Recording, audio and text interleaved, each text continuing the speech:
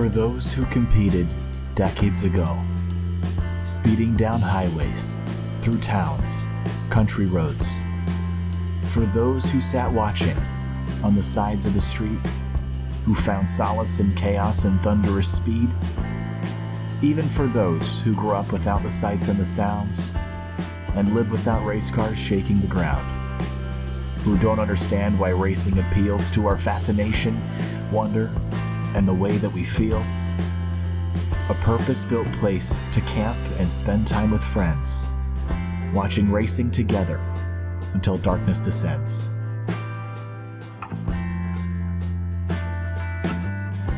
Though no longer do the streets rumble and roar, there's a place just for this, a park to explore. A road racing circuit before the assault. The 4 twisting, beautiful miles at Elkhart Lake, Wisconsin.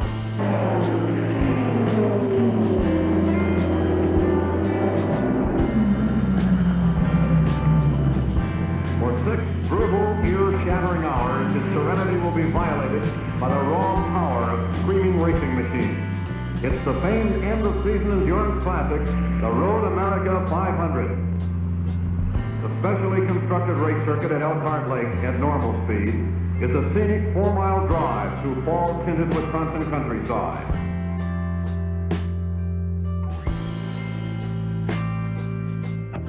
Hidden by forests near Elkhart Lake, not a path nor a trail, but a road meant to race. In a town too quiet, the refuge we seek, Road America, the racetrack, the National Park of Speed.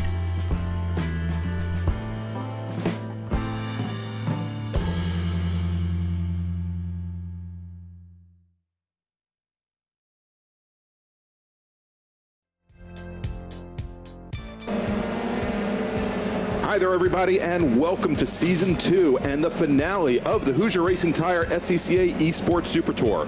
This week, we find ourselves deep in the Wisconsin Dells in Elkhart Lake, Wisconsin, and it's the home of one of the most terrifying corners in motorsport, the Kink. And befitting of its nickname, the National Park of Speed, it's 4 miles of flat-out racing.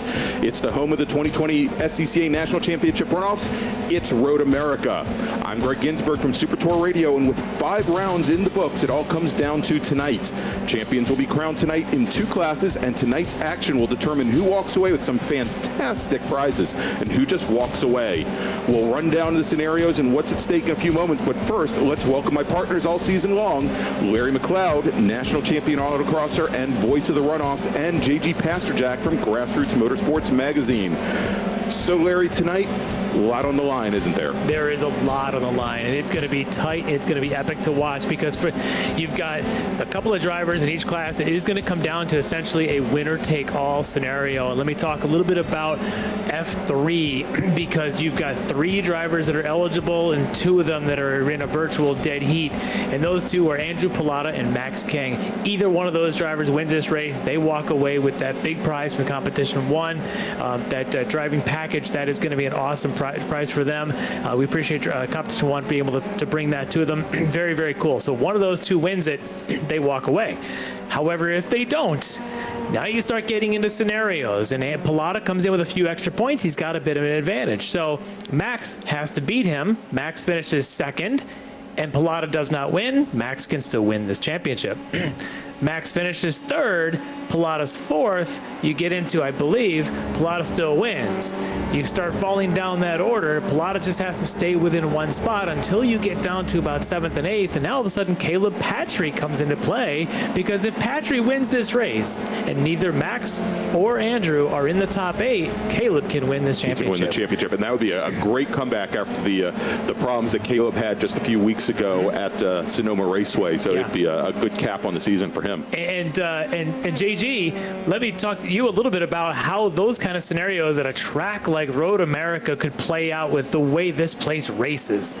Well, first off, at some point, I need Greg to segue to me tonight by saying, hey, speaking of terrifying kinks, but I'm sitting here watching the feed coming through on our Discord setup from iRacing, and it's reminding me of times when I could actually, leave Florida and go to historic tracks like this.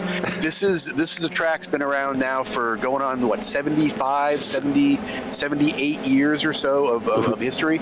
Yeah, and track first opened in 55. Yeah, and it is a track that is kind of unlike anything that's been built in the last couple decades. There are fast sweeping corners, there are risk-reward corners like the kink we mentioned before. There are sort of these classic road racy 90-degree square it up, brake, entry, apex, exit corners. So it's a little bit of everything, but ultimately it's kind of an unforgiving track. There are not many places that you can screw up here and get away with it. And there's also a lot of corners you're going to see, like Canada Corner, for example, that is numerically 3 or 4 corners from that very long front straight, but your entry onto that front straight depends very much on how you go through a corner that is 2 or 3 corners down, upstream from that corner, which is Canada Corner. So you're going to see people sort of angling for position going through the fourth to last corner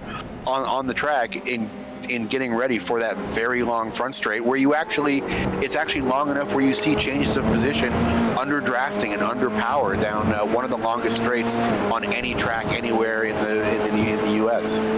Yeah, and I think this is very different. If you look at the last 3 tracks in our series we've run, you look at Laguna Seca, you look at Sonoma, and you look at Lime Rock.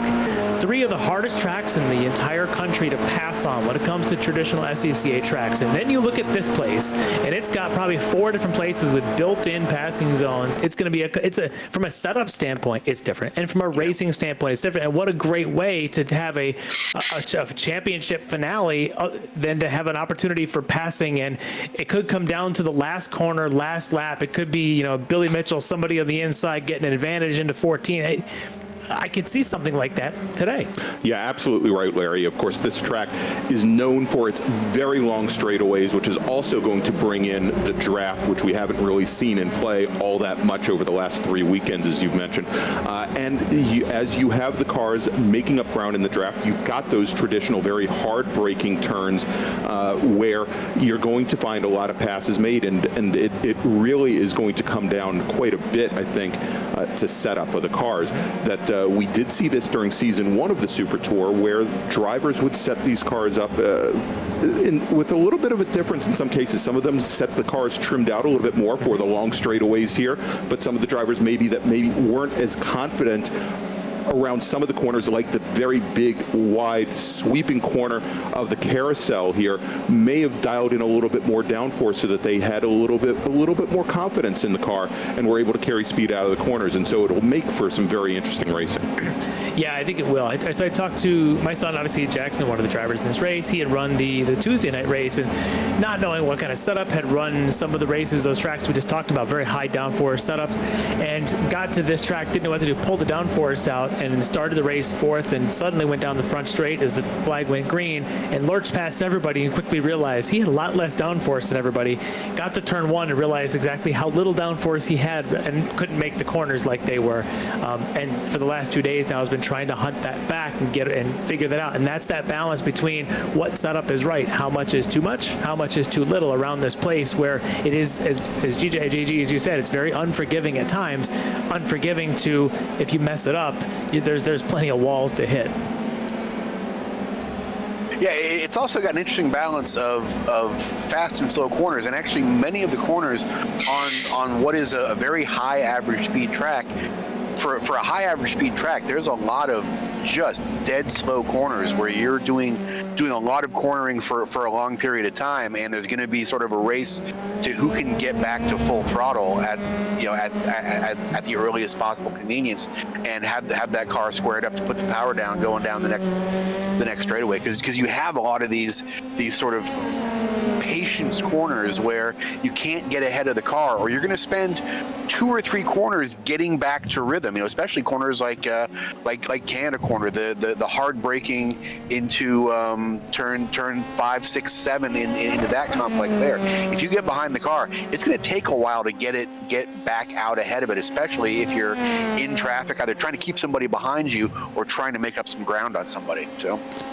Yeah, and of course, then the complete opposite of that is the kink here, as we just see one of the cars coming through, which is one of those very high-speed corners here that we have at Road American, where the drivers are going to try to maintain as much speed as possible to have that car pretty much on the knife edge as they come through the corner, so that they can carry speed all the way down through the kettle bottoms over to Canada corner, which is that traditional, very hard braking right-hand turn, as we see that there. So it's really a track with a lot of very challenging features for these drivers. And again, we mentioned the track has been around since 1955. It has not changed one iota since then.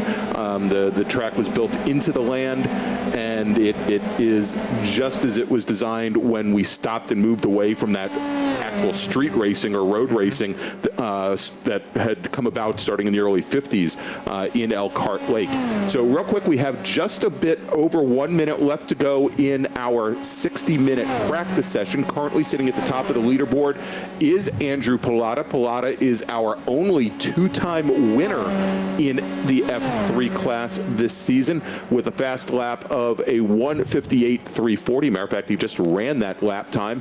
Caleb Patry is your second fastest driver with a 1:58.394, so 54 thousandths of a second off of Pilata's times. Max King, who has also racked up a win, won the very first weekend here of the season at Virginia International Raceway.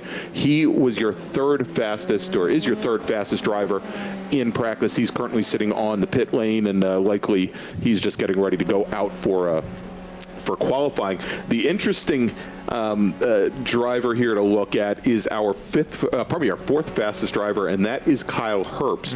Now, Kyle, to say that he has been snake bitten all season long just does not begin to explain things. Right now, he's only 65 thousandths of a second off of King, only 25 hundredths off of Pilata, who's the fastest driver in practice, but he's been incredibly quick in practice and qualifying, and he's qualified towards the front of the order, but he just cannot seem to keep keep people from running into him, basically. I gotta hand it to Kyle for his stick-to-itiveness, yes, for continuing to come back week after week. This is week 6 of this series, and he's still coming in. And we know at 4 out of those 5 weeks, he never made it past lap 2. In fact, we were sort of being generous to him last week at Laguna Seca and saying, hey, Kyle Herps, this is great. You're lap 3. Maybe he's going to finally finish. And then he had another incident there at the Andretti hairpin. We were just hoping, and he's fast. He's got the speed. He's been qualifying in the top 4 a couple times, top 6, 7 every race. So he's definitely a wild card here. We talk about those scenarios of if Max or Andrew doesn't win, how does it play out? Definitely a guy like Herps could play into that. Yeah, without a doubt. All right, so we are now underway with qualifying. It is a 15-minute qualifying session. However, as opposed to having all the cars out on the track at one time, each driver, when they come off the pit lane, essentially they have the track to themselves. They will have 4 laps in order to set a fast lap time to set the grid for the race. Again, they have 15 minutes in order to run those 4 laps. So we'll have to see, and we've got our first car is out on track right now, and we have the number 39 car. That is Jake King, the younger of the 2 King brothers. His brother Max, who we talked about just a few moments ago. We'll see him a little bit later, but there's Max. But Jake, I believe, has come up with, he has come up with 1 podium finish. Actually, he was just off the podium, finished 4th last week at Laguna Seca. Yeah, he'd be another one who has the pace at times, could be one of those who could be in the mix here, starting to mix up that championship point. And really, that's the kind of driver that Caleb Patry is rooting for, is people like Evan Rackison. He's rooting for people like Jake, Chris DeShong, Kyle Herps, to try and get up there and push down Andrew Pilata and Max King. Yeah, go ahead, Jake. No, so I was going to say, if there's anybody who's really the pressure is on tonight, it's got to be Caleb Patrick, because he's really the only driver who has to win to seal a championship here. So both King and Pilata, they can win this thing without winning the race tonight. So I think you're going to see Caleb Patrick basically at 100.1% for this entire race, and just trying to put any battles behind him, and do his job and let everybody else worry about what they're doing. I would agree entirely. So when you get into a qualifying scenario at some of these other tracks, in the last couple of weeks, and you drove in a couple of those races, qualifying is everything. At a place like Sonoma or Lime Rock, those little bull ring tracks were just passings at a premium. But at this place, you could be fifth on the grids to win this race, because as we just talked about, there's so many places to outbreak someone, to draft someone. You could be Caleb and know that, you can put it on pole, but you're probably still going to get past. You're going to get past between turns 3 and they go here on the screen into turn 5. It's going to happen. You're going to need some luck in the race, but you've got to finish first, as you're saying. So Patry, you got to qualify up there. You got to get a good clean lap in, but your setup's got to be spot on to run with the front pack, I would think. Exactly, and that was actually one of the points I was going to make, is in order to be able to stay up there, the draft will make up for a lot of small mistakes that you may make if you're not very clean, don't have the best lines through some of the corners. Having those long straightaways in the draft may be able to keep the other drivers a little bit more honest, but if you don't have the setup correct, that can affect your ability to stay in the draft as well. All right. This is a track where we've seen people win from 4th position in the final corner, just winning the drag race to that very far away start-finish line. So, a lot of stuff can happen when you're talking about high aero cars, and then in the later MX-5 Cup race, certainly low-power, big hole cars. Yeah, exactly. Definitely. Hey, JJ, you've run a lot of races at this track. You've done these kind of qualifying scenarios. We know in the first season of our SCCA eSports Super Tour, we were doing the all cars on track classic SCCA sort of, you can find a draft partner and qualify. And then you've run some of our races here in the second season where it's solo qualifying. Give me your feedback on, what's your thought process on either one? Maybe not necessarily which one's better, but maybe give me some trade-offs into one or the other. Well, I think what you're seeing now, you're seeing Andrew Pilata head to the top of the qualifying right now. Pilata, multi-time national champion autocrosser, who really has that sort of mindset of, I've got to go fast right now. I'm the only car on track.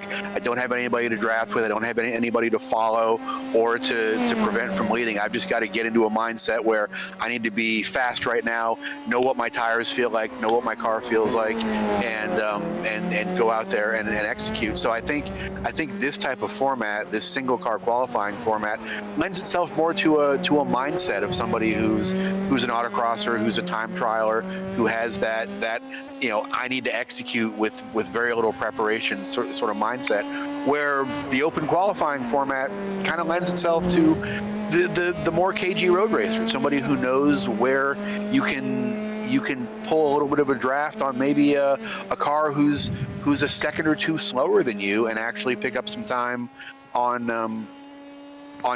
your lap without slowing yourself down. So I think really the qualifying sort of comes down to mindset more than driving style or even car setup. Just this is a great situation for the time trialers and autocrossers.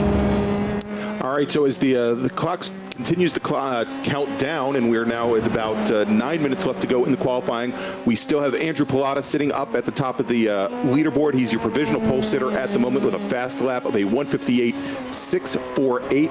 That is almost half a second clear of Jake King in the number 39 car, who is currently your second fastest driver with a time of a 159.087. Then Mekhi Stevens, don't let me call him Mekhi Pfeiffer this weekend or this evening.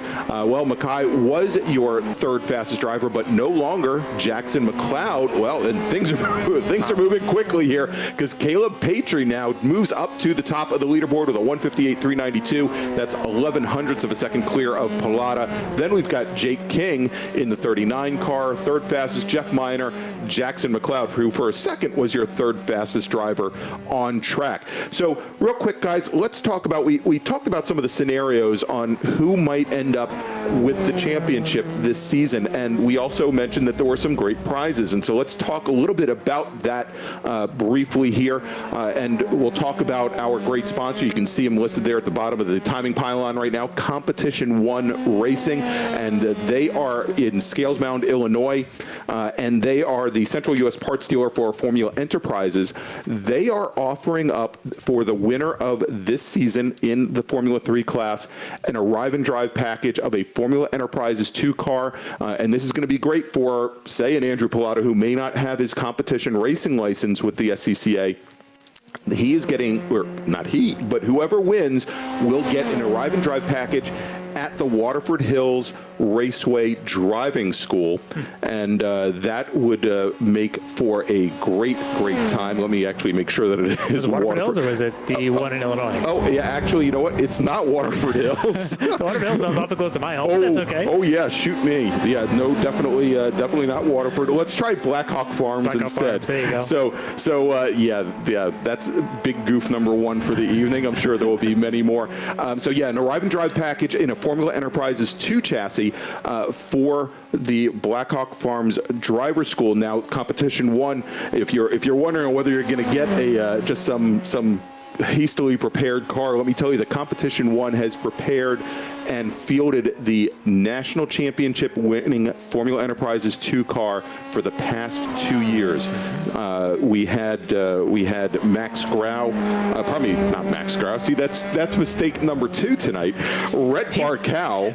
Max would love to be the third. Yes, he would love to be the third. And given how he ran at the June Sprints this year, there's a good chance of that. Working on that. But Rhett Barkow was your 2019 national champion in FE2 in a Competition One Racing Formula Enterprises car. Flynn Lazier in 2018 at Sonoma Raceway. Some guy named Lazier. Yeah, he might have a little bit of heritage and lineage there. Yeah, exactly. So they can definitely put you in a great car. Now, they do also offer arrive and drive packages. They do frame-up rebuilds, chassis alignments, tire services, car prep and transport, you name it. If you want to get a hold of them, you can either give them a call at 815-596-3009, or you can catch them online at competitiononeracing.com. Really interesting qualifying shaping Thank you, up Mr. here, Director. guys. Thank you, Kyle. With the King brothers now in third and fourth, and our championship contender Max King all the way down in fourth on the grid, and of course Kyle Herps in fifth. I don't know if anybody would want to be near Kyle Herps at the start of a race at this point in the season after seeing what's happened to him. Just nobody wants that bad mojo rubbing off on him. But if Max King is going to win this thing, he's going to have some work to do to get up to the front and chase Andrew Pilata, who seems to be running away with qualifying so far. It looks like both those guys have. Pilata got one lap left, it looks like.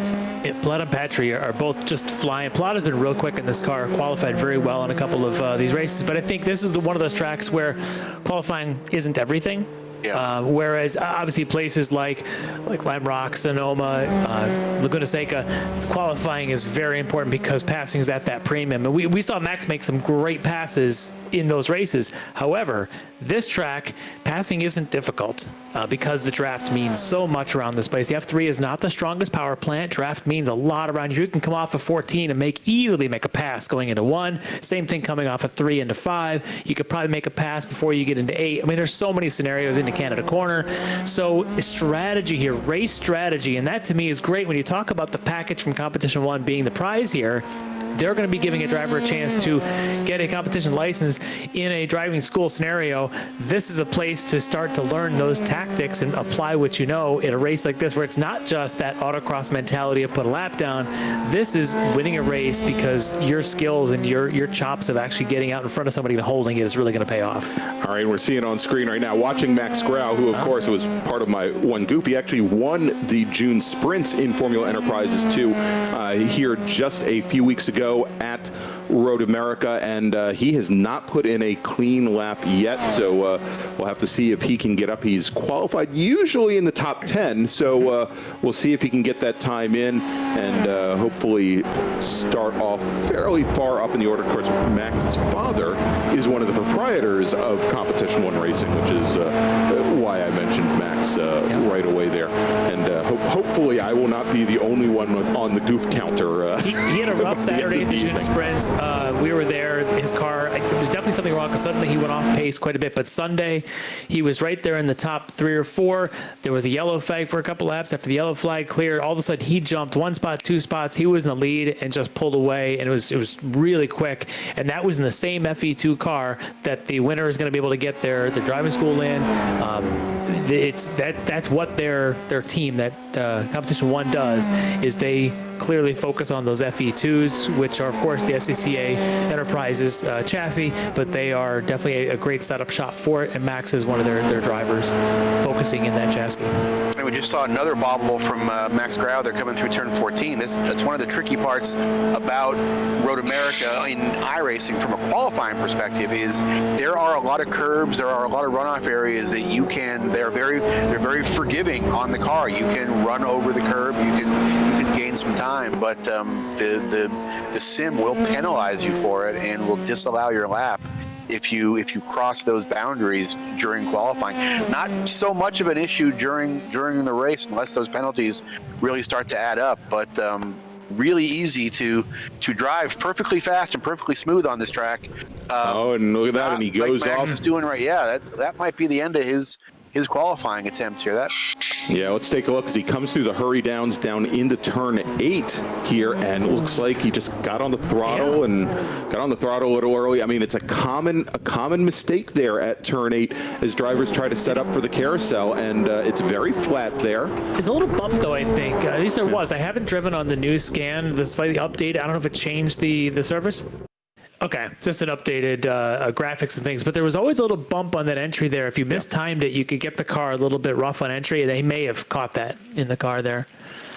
All right, so we're under a minute now in qualifying, and the majority of our drivers have already gone back to the pit lane, that they've gotten in there 4 laps, or in some cases, none of their laps. One of the few drivers left on course is Christopher Hammond in the number 9 car. He is currently sitting at the tail end of the order, like Max Grau. Same mistake we saw from Max Grau. That little bit of there's just a little bit of a downhill leveling out into the final brake zone there, going into, what is that, turn 8? That's turn 8. You've got to. There's so many braking zones on this track where you've got to modulate that pedal, not just to prevent lockup from threshold braking, but to deal with undulations in the road and gravity changes as the car pitches up and pitches down. All right, and so as the time expires here in qualifying, Max Grau and Christopher Hammond are going to be the only 2 drivers not to set a lap time. But despite how difficult the track is, it's the only track I know of that has an entire cheese-themed bridge. So I will. Yay, Sargento. Cheese, glorious cheese. All right, so while our cars are getting gridded up and ready to go, let's talk about one of our partners here of the SCCA, and that's Sunoco, the official fuel of the SCCA. For 125 years, Sunoco has been fueling victories on and off the track, and that is why Sunoco has trusted the fuel over 50 series of racing, driving, and winning, including the SCCA National Championship runoffs, SCCA Pro Racing, NHRA, and NASCAR. To find race gas near you, visit www.racegas.com or call Sunoco at 1-800-RACE-GAS. All right, so let's go and run down the starting order here, Larry. All right, so on the pole, we've talked about it a bit. He's the points favorite coming in. Is Andrew Pilata on the outside, another man who's got a chance at the championship, but he needs help. That's Caleb Patry on the inside of row 2. Another one with a shot at this championship. That's Max King. And on his outside, he couldn't have a better partner to team up with there. His little brother, Jake King. On row 3, Kyle Herps, he's had bad luck bite him. This is the race where he wants to come in and play some spoiler. On the outside of row 3, you're going to have Jeff Miner. Row 4, another one who's had some bad luck biting him. We hadn't talked about him much, is Mekhi Stevens. He could, another one, could play some spoiler here. And another spoiler potential is Grant Vogel. He's shown some flashes of speed as well. He'll be on row 4. Row 5, we made up with Nick Hems. Another one who's shown some speed at times. And Jackson McLeod's been pretty consistent this season. Currently, he's going to start this race in 10th. On the next row, John Vogel and Stephen Ford as they are coming up already to the hill to grab the green flag. All right, so the pace car heads down the pit lane, or heads up the pit lane, as they rise up the hill here on the Road America Straight, ready to take the green flag. And we already have, before the green flag even comes out, we've got a little bit of a change there at the front that looked like Caleb Patry pretty much conceded the lead there and just got right in behind Andrew Pilata, and he's following him right on through turn number 3 and onto the Moraine sweep. Right behind them, we've got the two King brothers. We had Max and Jake, and I believe we've got Jake up ahead of Max at the moment here.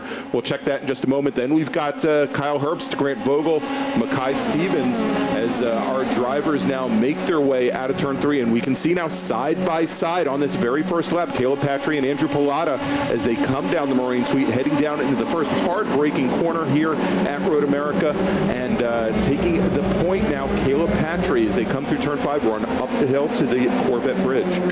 Yeah, this is the aggression. This is the aggression that I really expected to see from Caleb Patry. I think he just wants to get out front. He wants to not even worry about the draft of the cars behind him. Break that draft, get out in front, and let Andrew Pilata and Max King fight things out amongst themselves. Yeah, we had talked a little bit about in a couple of last races was Max King and the way he sets up a car. He's been talking to in all of our post-race interviews. He sets up a car with a little bit of maybe a little loose early in the race, but it comes in for him later in the race. If he was able to do the same thing here, he can afford to be a little bit behind these guys early on, which you can see he's now about 6/10 back. But if he can hang with them, he might actually end up with a better car late in the race if he was able to execute the same strategy. But there's clearly battling in front of him, and this could just make the whole race tighter for everybody. Yeah, I was going to say now, as JG, is both of our leaders out, and we have a driver that's gone off coming out of Canada corner. I believe that was that Grant Vogel that went off. All right, well, we'll check that in just a second here. But interesting that coming down the Kettle Bottoms into Canada corner, that both Patry and Pilata were already going side by side here. And if they're looking to separate themselves out from Max King, as you can see now as they come down the front straight towards turn 1, completing the first lap, they did basically everything that they could to keep Max King in the battle. They were about halfway through that lap, and King was already about 5 car lengths back, but he's now right back in the hunt. Yeah, boy, Pilata really playing defense right now with Max King. Pilata tried to make that outside pass into Canada corner, which is not a real high percentage pass, but he is, Max King is just all over him like a red shirt, and Pilata really playing a lot of defense as they head down towards turn 5, Larry. Well, I'm sure these guys have run the points. We knew that Max last week after the end of the race had run points right away. I'm pretty sure Andrew would have done the same. The scenarios here are if they can't win the race, Pilata knows he just has to be no more than 1 spot behind Max. He's got to be right in his tail. So maybe not necessarily fight him, but there's Max Grau. They're coming out of 5, it looks like. But Pilata knows that even if he can't necessarily beat Max, all he has to do is stay on his tail. He should still be able to win this thing, even if Patry goes on to win. But Patry's going to be tough. He clearly has the speed earlier in this race.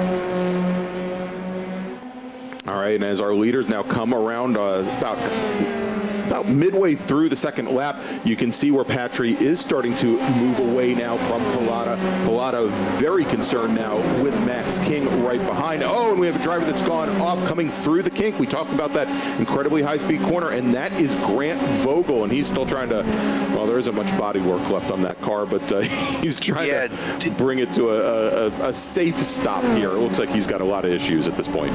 Did not quite do the full DeShong there and lose all 4 wheels, a wing. and his helmet and 2 arms there, but did not have a great ride through the kink there. Grant Vogel did. All right, let's take a look. Oh, wow. Looks like he had contact with the 39 car with Jake King. Came underneath him, and oh, yeah, that just did not work out well. Typically, the kink is not a corner that you want to go too wide through because the car really is on the razor's edge. But I don't think that Vogel just knew that Jake King was there. No, I don't think he did. He or at least didn't see him fast enough. At that point, Jake had nowhere to go and a little bit of contact. And it looks like Grant, it looks like his day is done, and it looks like Jake King is dealing with perhaps some bent suspension pieces. He is not dropping like a rock, but he certainly doesn't have the pace of the cars right ahead of him. You can see the front wing there, the end plates on the front wing are definitely having some issues at this point. We're seeing some real separation now too between our lead pack and the rest of the pack. Almost 4 seconds from Max King back to 4th place now. So those 3 are kind of out in their own race. But Caleb Patry, as we sort of thought, is trying to just make his own decisions here and put himself in a position where whatever anybody else does, he's going to do what he has to do and try and win this race, and hope that fortune smiles on him after that. He'll need some help, though, for sure, but he's doing everything he can control, at least, right? He's just trying to win the race. He knew he had to do that, doing all he can, and he's got the pace. I mean, he's almost a full second clear. You get about a second, 1.2 seconds, and you can actually then clear draft and hope that if Max gets by Pilata, that they're not faster when they're the other direction around. But Patry's doing everything he can that he can control. Exactly, and the key is for him is that he needs to win today. He can't really control anything else that's going on behind him. Of course, he needs those 2 drivers that are right behind him to drop about 6 spots. Yeah, I think the next question is if we sort of stay in this mode for a while is going to be how aggressive is Andrew Pilata going to be in holding off Max King? At some point, Pilata's got to know that a 3rd place finish it still seals a championship for him, but he's got to I'm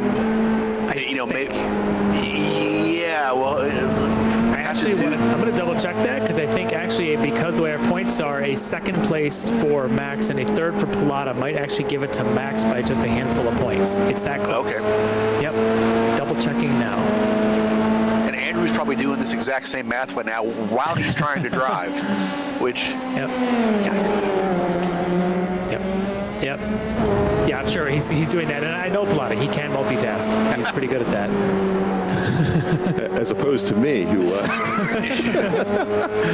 definitely one tracking. All right, so we're on board right now with Max King in the number 27 car this week, and you can see he still continues to hound Andrew Pilata here. Our top 3 making their way towards the carousel here, and you can see the very differing entries to the carousel, where Max King taking a much wider entry, a little bit more tighty on exit. What that's going to do is it's also going to help, leave him some tires towards the end of the race, whereas you can see right now Pilata pretty much doing whatever he can to hold off King, and here we go as they come down the Kettle Bottoms heading towards Canada Corner. Pilata's to the inside, King to the outside, and King with a good run there. But like I said, I guess the question is, how long is Pilata going to be able to hold him off? Well, go ahead. Yeah. Oh, I was going to say that's a move that King knows is not going to stick. I think that's just a move to see how he can draft against Pilata, where he can make those moves.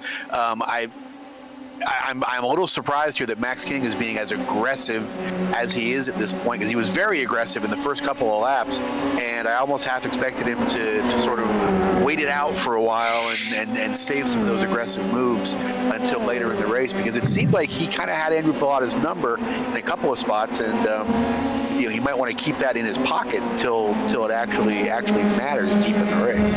So a little bit further back from our leaders, we're taking a look right now at the battle for 4th place with Kyle Herps and Mekhi Stevens in the 19 car. And you can see now as Stevens is going down the driver's left, right behind that battle for second. And here we go once again, coming through turn 5, heading up the hill under the Corvette Bridge, and Max King trapped to the outside with Andrew Pilata. Well, can you tell these guys are both racing for a championship right now? Yeah, to double check, by the way, on the points, assuming that Patrick were to go on and win this race, whoever finishes second actually will win the championship. So yes, this does matter. So Max will still need to get by him to win, and Pilata needs to hold this to win. Look at all this action we're seeing with Pilata and King, and look at the lead that it's allowed Caleb Patrick to pull out here. He's now 2.5 seconds up on that battle for second and third. Yeah, honestly, I don't know that you can, at this kind of track, I don't know that swapping positions, I'm sure at some point Max will get by. He's taunting him. But I suspect that Pilata will just do the same thing once they swap, because I don't know that in this kind of track that anybody can pull away like what I think the only reason Patrick's pulling away. Look at this, and Pilata goes, and Pilata loses the car coming through Canada corner. That is going to obviously knock him out. That is, at this point, again, the race is not over. We didn't expect to see that, but if Max King can hold on and finish better than 8th, seventh or better, he will come away with the championship. Oh man, if there was a throw helmet button, Andrew Pilata is just pounding it right now, because that is a heartbreaker. That is not something you're going to recover from quickly. And he was untouched. He just went a little too hot into the throttle as he was trying to get a good exit from Canada corner there.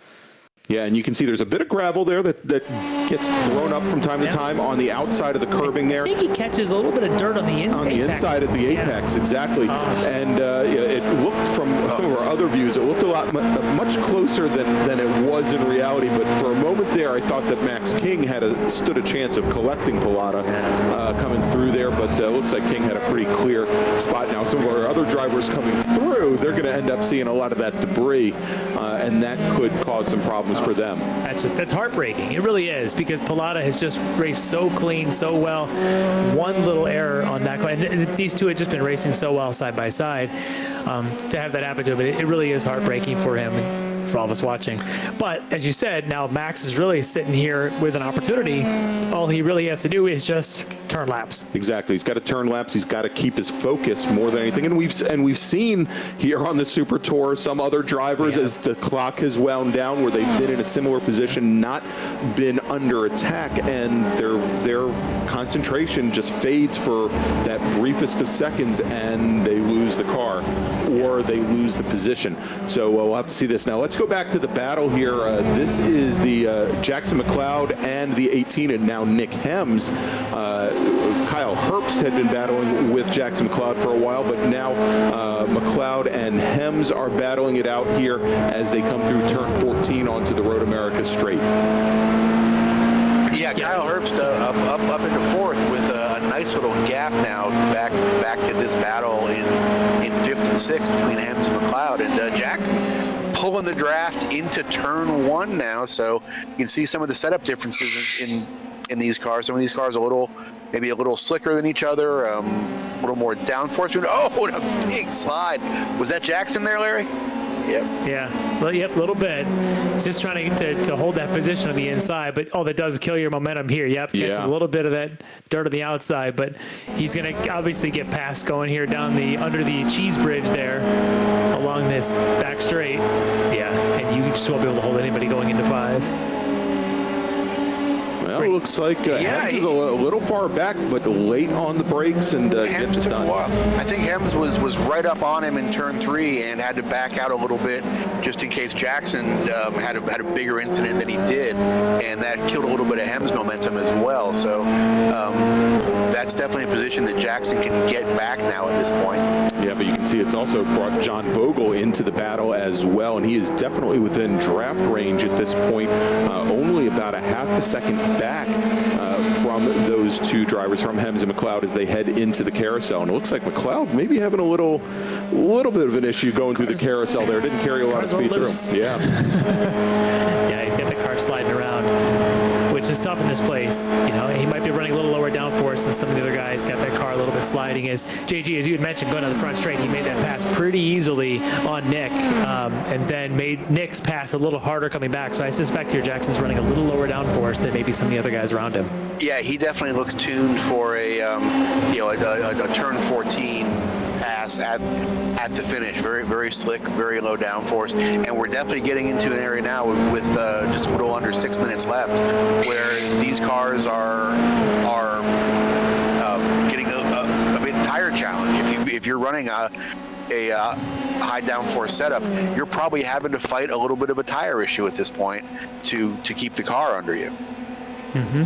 All right, so with just about 5.5 minutes left to go, we've got Caleb Patry sitting up at the top of the leaderboard. He's got almost a 4.5 second lead over Max King, our second place runner. But here's something now that we need to look at, and that is Mekhi Stevens running in third place in the number 19 car. He is making up ground, and he's making up ground quickly on Max King. He's just about 9/10 of a second back from King. He's conceivably, Larry, in that draft range. Of course, they're sitting back here now, coming through turn 6, heading into 7 in the hurry downs.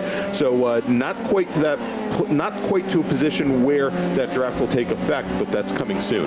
Yeah, he's within that 1 second, and at this part of the track, you're staying close. Come off of the carousel here, another corner or so, and now you come down through into Canada Corner. He could be right on his tail, and if he can get a good run off of 14, you could see him trying to set something up, or at least be right on his gearbox going into 1. This is at least making Max now think about it, whereas we were just saying all he has to do is kind of just turn laps. Well, that mentality now, he has to go right back into defend and race mode. At least give him something to think. And meanwhile, Patry's just looking at his relative screen because he can see it. Again, iRacing, you kind of look at who's behind you, and you know what's going on. He is so rooting for Mekhi right now to say, come on, just get in Max's head. Somebody just screw with him, because that's what Caleb needs. Yeah, we don't look for it, but yeah, if Max King does not bring that car home any better than, I guess, better than 8th position, he loses the championship to Patry. JG, if you're Caleb and you're in the lead in this race, do you unleash the ducks on Max King's house so he goes in and bites his leg while he's in his race? I mean, what do you do? It's full beacon flipper mode at this point. Oh, you guys want any ducks? We got a lot of ducks around here right now. We got two mamas walking around with a bunch of babies that are real cute now. Aww. But about 6 weeks. You're not saying about 6 weeks from now, Larry. Trust me on that one. Well, never mind the fact that they can't exactly fly long distance. Can they cross the border? Do they have to spend 2 weeks wherever they go? Or so that's the crazy thing about Muscovy ducks is people don't realize they can actually fly really, really well, and it's the craziest thing to see a duck perched 40 feet up in a pine tree. Like, wait a minute, that's a duck. That's wrong. You're supposed to be walking around, and there they are perched up in a pine tree 40, 50 feet off the ground. Thinking they're a red-tailed hawk. Yeah, it's the stupidest thing you've ever seen. Buzzards looking for dinner. Yeah. Actually, so the girls fly very well. The boys fly just on sheer force of will alone. So it's basically like throwing a turkey out your window. But yeah, they manage. Thank you, Kyle. All right. So right now, Mekhi Stevens is basically the hawk chasing the mouse. That mouse is Max King, as Mekhi is trying to at least try and grab himself a second spot here with about 2.5 laps to go. Yeah, now he hasn't made up a lot of ground in the last lap. He's still sitting about, only about 6,500 back. So let's jump back a little bit further to that battle that keeps going on between Nick Hems and Jackson McLeod. McLeod gets around Hems.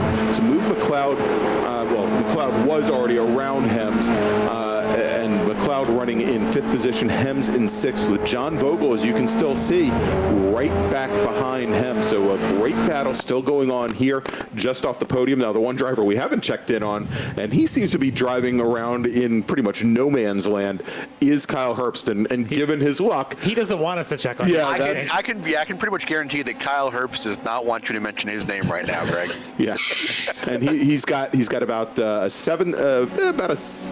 6 6 or 7 second gap back to Mekhi Stevens, and another 7 seconds back to Jackson McLeod. We haven't talked about him all night. Is Competition 1's own Max Grau. Look at the ground he's made up. Consider we did talk about him in qualifying. Didn't qualify well, but he's racing well. Yeah, exactly. So, and he had that spin early on in the race as well. So he's definitely been doing a good job, and having not set a qualifying time at all, which means he started, I think, 23rd. He's definitely made up a heck of a lot of ground here, as he's in a great battle right now with Stephen Ford, and he's got David Schwartz right ahead of him.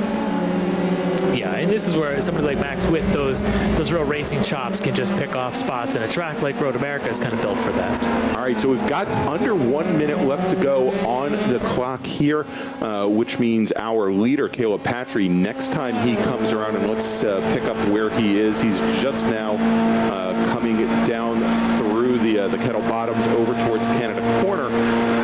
I would suspect that we're going to get at least one more, well, not at least, but probably one more lap. We should see the white flag this next time by. Second place, Max King, still about 4.5 seconds back from our leader, and Mekhi Stevens making up ground, but he doesn't have a lot of time if he's going to take it to Max King in the battle for second. Yeah, he's really putting the pressure on King there. And as you mentioned before, Greg, one of the trickiest parts about this sim is when you're running alone and you don't have as much pressure on you, either following somebody or trying to fend somebody off. In fact, here goes a attempted pass from Stevens on King, and King looked like he didn't put up much of a fight there. He knows where he's at now. Yeah. And Kyle Herbst is starting to make up ground as well, and not a lot of a gap between Herbst now and Max King, about 2.5 seconds here on the very last lap. Now, I don't know if you saw this, but when Caleb Patry crossed the stripe, there was 1 second left on the clock, which gave him that one additional lap. Yeah, I'm watching Max King here, and I'm watching the demons in his head having a fight with each other, saying, make the pass, yeah. And the other side saying, dummy, don't do it. Sit behind him for the next minute and 40 seconds. What are you doing? And you want to retain some bit of aggression, because one of the most dangerous things you can do is slow down too much and then get yourself completely out of rhythm, and the next thing you know, you've stopped paying attention and you're smashing into the cheese bridge. So you definitely want to keep some of that aggression, just to keep your focus and keep your rhythm and your cadence of how you're making your control inputs familiar to you. Yeah, and you can see there as he came through and out of the carousel with a nice wide, basically putting as little load on those tires as he could, and still carried a good amount of speed through the carousel, or probably through the kink. But I think a lot of that is what he's making up in the draft right now also, and I think he's going to be content here to just follow Mekhi Stevens home. And speaking about coming home, Caleb Patry in the number 98 car. He rounds the final corner, turn 14 here at Road America. For a moment, I thought he was going to take the checkered flag on the pit lane, but he is going to take the final win of the season here, and that gives him, I believe, 2 wins as well, and 2 consecutive wins. So Caleb Patry finishes first. Mekhi Stevens holds off Max King. It will finish on the second step of the podium. King finishes in third. Then we've got Kyle Herbst, Jackson McLeod in the number 189 car. Then Nick Hems, John Vogel, Max Grau comes up. Well, let's see here. Looks like Grau might have just lost out here at the line. Nope, he holds off Schwartz. Then we've got Stephen Ford rounds out the top 10. Yeah, that was a race where obviously we just saw at the beginning, Patry did, and JG, you talked about this. Patry did what he needed to do at the beginning. Once he got onto that back straight off of turn 3, he said, I need this lead and I need it now, and let's just figure out behind me, let those guys sort out what behind me. And he did exactly what he needed to do. So I think it's a great showing by Patry. Yeah, and I don't want to dwell on this any more than I have to, but what a heartbreaker for Andrew Pallotta. I mean, that is to come that far and then and then just have to end up in the number 20 spot after chasing a championship. But this is a guy that no stranger to standing on that top step of the podium, multi-time autocross champion. I'm sure we'll. Next time we are looking at a SCCA Hoosier eSports Super Tour, we'll see Andrew Pilata right up on top of the podium, just like we have all season. Yeah, I think you're exactly right. Pilata certainly got, with a couple of wins this season, lots of front finishes, just had one corner, and you mentioned at the onset of this track will bite you. All it takes is one bad corner, and unfortunately he found it there in that little battle he had going on with Max King.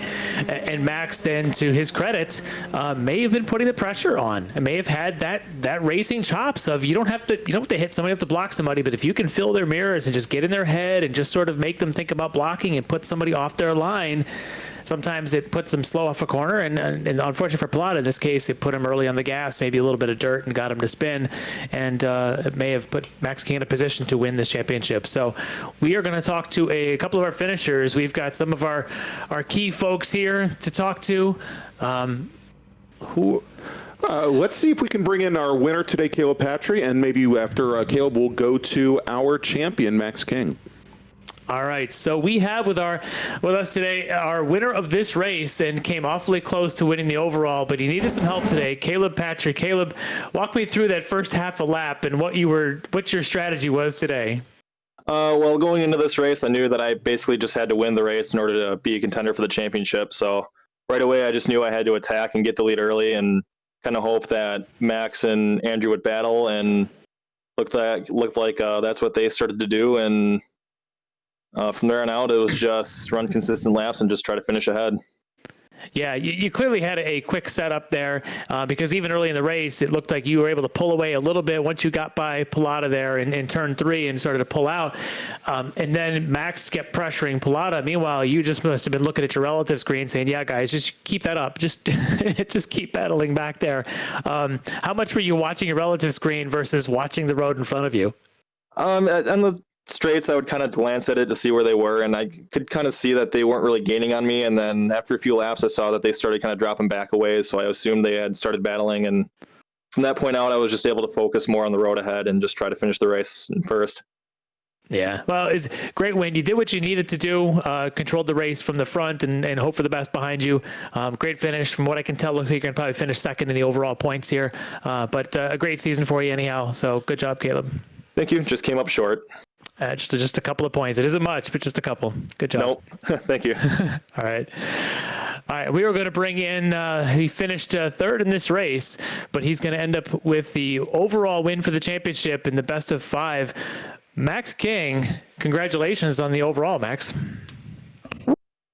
Yeah, all right, thank you.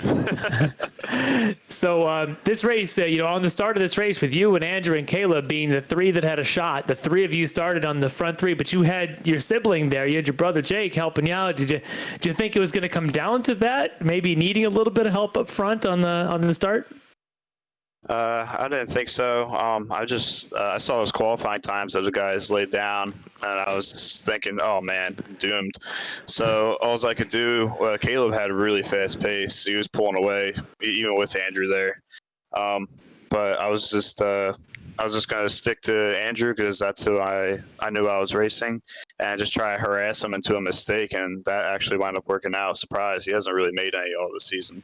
Yeah, it really looked like those first couple of laps, you kind of had his number. We saw you coming out of turn 3 and putting easily sticking your nose past him and making some moves down towards Canada Corner. Were you just sort of showing him that you had some speed on him and trying to force him into a position where either you were saving yourself for a late race pass or forcing him into an error early on? I definitely had a higher downforce car, and I knew my tires would be there at the end more than him because he was really sliding around the corners pretty good. But he knew once I tried to pass him the first time that I just stalled out next to him and couldn't make up any ground, that it was going to be hard to pass. So he was just trying to be defensive, and I was just trying to be as aggressive as possible. like Greg says, aggressive when I need to, and I was going to need to be this entire race because without that draft, I think he would have checked out. Yeah. So you're going to driver's school, man. How do you feel about hopping into a Formula Enterprises car for a driver's school here at Blackhawk Farms? Oh, that's going to be a lot of fun. I've been driving the Spec Racers and the Hoosier Super Tour, but I haven't driven anything this fast yet, and that would be really exciting. I can't wait to do that. Excellent. So that's Max King. He is our Season 2 champion in F3. Max, thanks for joining us, and congratulations. And you'll definitely have to tell me and Mike Amy how you do off at the driver school. All right. I'm glad we put on some good TV today with those battles. So, you guys, I'm going to watch that Miata race. That'll be exciting. So, thank you guys for all you did this year. All right. Congrats, Max. All right. So, before we take a break and get ready for our next race, for our Spec MX5 race, I want to talk about another one of the great partners of the Sports Car Club of America, and that's one that most of you should know, and it's Tire Rack. Tire Rack was established over 40 years ago with a product line that fulfills the tire, wheel, suspension, and brake needs of the enthusiasts and their friends for both the track and the road. As the official tire retailer of the SCCA and title sponsor of the SCCA National Solo Program, Time Trials National Tour, and Time Trials Nationals, TireRack.com, America's leading high-performance tire and wheel source, is able to showcase a broad range of new products in suspension, brakes, and accessories while supporting the grassroots motorsports enthusiasts. For more information, of course, you need to go to TireRack.com. And with that, we're going to take a quick break. We're going to get set up for our second and final race of the evening and of the season, the Global MX5 race. You are listening to the 2020 Hoosier Racing Tire SCCA eSports Super Tour. We'll be right back.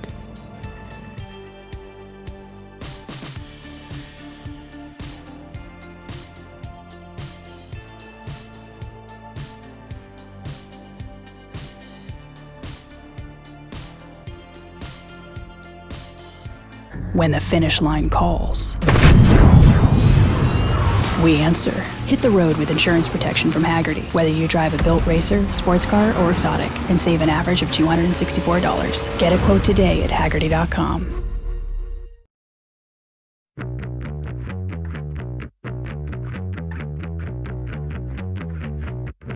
Time Trials is a 2-day event typically for our national events. It's 2 20-minute sessions each day with a track sprint added in, which is, it starts with a standing start, flying finish, so it's a lot like a hill climb. You've got autocrossers out here, you've got road racers out here. It doesn't really matter what your background is, you're gonna find a home here that's pretty rad. It's a lot of fun, it's a lot of speed, it's safe, and it's a great group of people, and it's very well organized. The organizers really have it running like a top now. Everything from getting transponders on the cars, getting them gridded, getting them out on track safely, and making sure that everybody has a good time.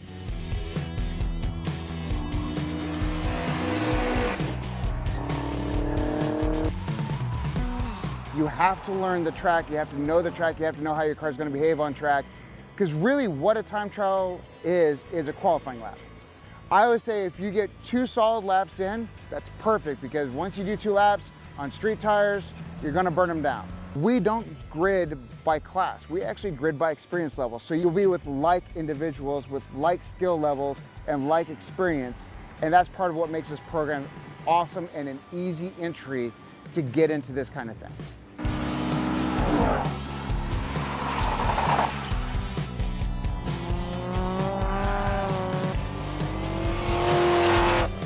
The way the competition is structured, the way the coaching hierarchy is structured to where every group gets a coach and everybody's working on what they're doing every session, it makes it really easy to get new people into it, and that's what this is all about. I particularly like time trials because the barrier to entry is so much lower than like road racing.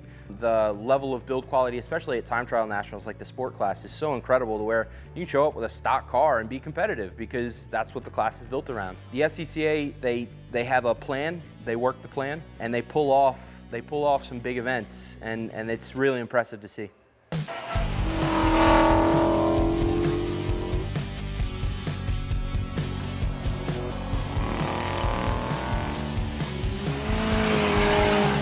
Once you get involved with the SCCA time trials and you get a license and you move up the rank, you get up to advanced, Then you can move on. If you wanted to dig deeper and get really into time trials, there's other programs out there that they want to see that license to know where you're at and that you're good enough to run. So it's a great place to start, but it's also a great place to blossom and then move on and move up the ranks. Just like road racing, you start as an amateur and you move up to professional. If you've never done it before, just come out and experience it, because the way we set up our time trials, it's perfect for the beginner. We've had people who have never done a track day come out and run with us and have a blast. And I mean, come on, driving 10/10ths on a road course, how can you beat that?